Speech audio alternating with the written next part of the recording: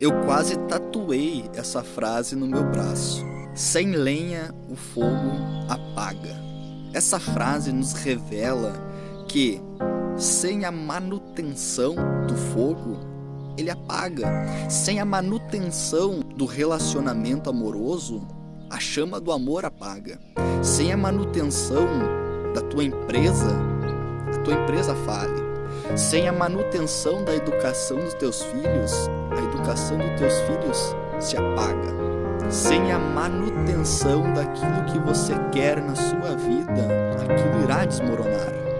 Então eu pergunto, como está a manutenção das coisas que são importantes para você hoje na sua vida? Lembre-se, sem lenha, o fogo